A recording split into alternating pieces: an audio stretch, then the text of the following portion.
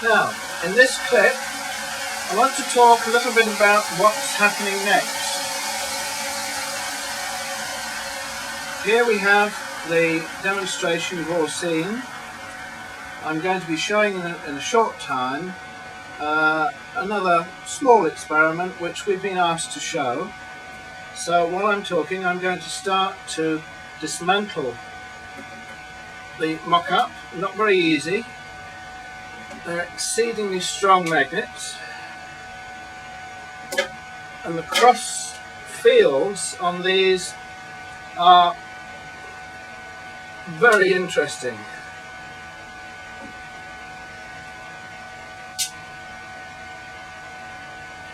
So over the past few years we've been lucky enough to have recorded many of the steps that have been taken to get to this point.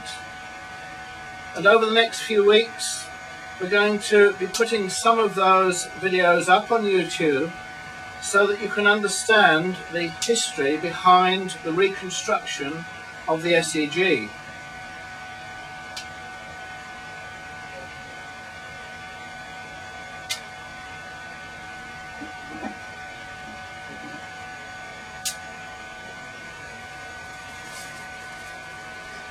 So what we're going to do while I'm talking, I'm going to take the central plate, the central ring out, remove the coils here, and then give you a short demonstration of the ring and the rollers without anything else.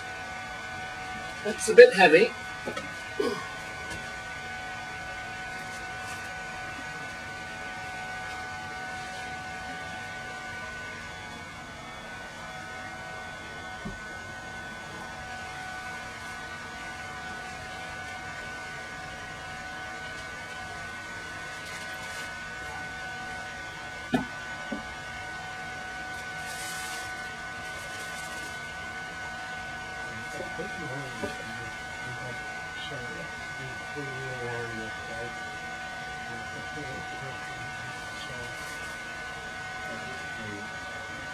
So here we have one roller running freely around the central plate without any electricity.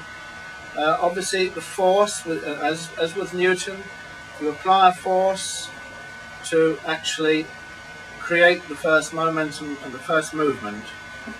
And as we've seen before, if you just tip this slightly, you can achieve a rotation simply with just one roller on one plate.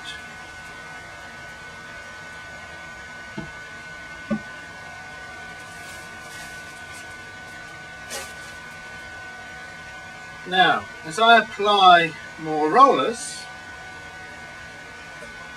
they space themselves apart such that the interacting fields between the rollers and the plate create a point of equilibrium where they're happy to sit quietly on the plate.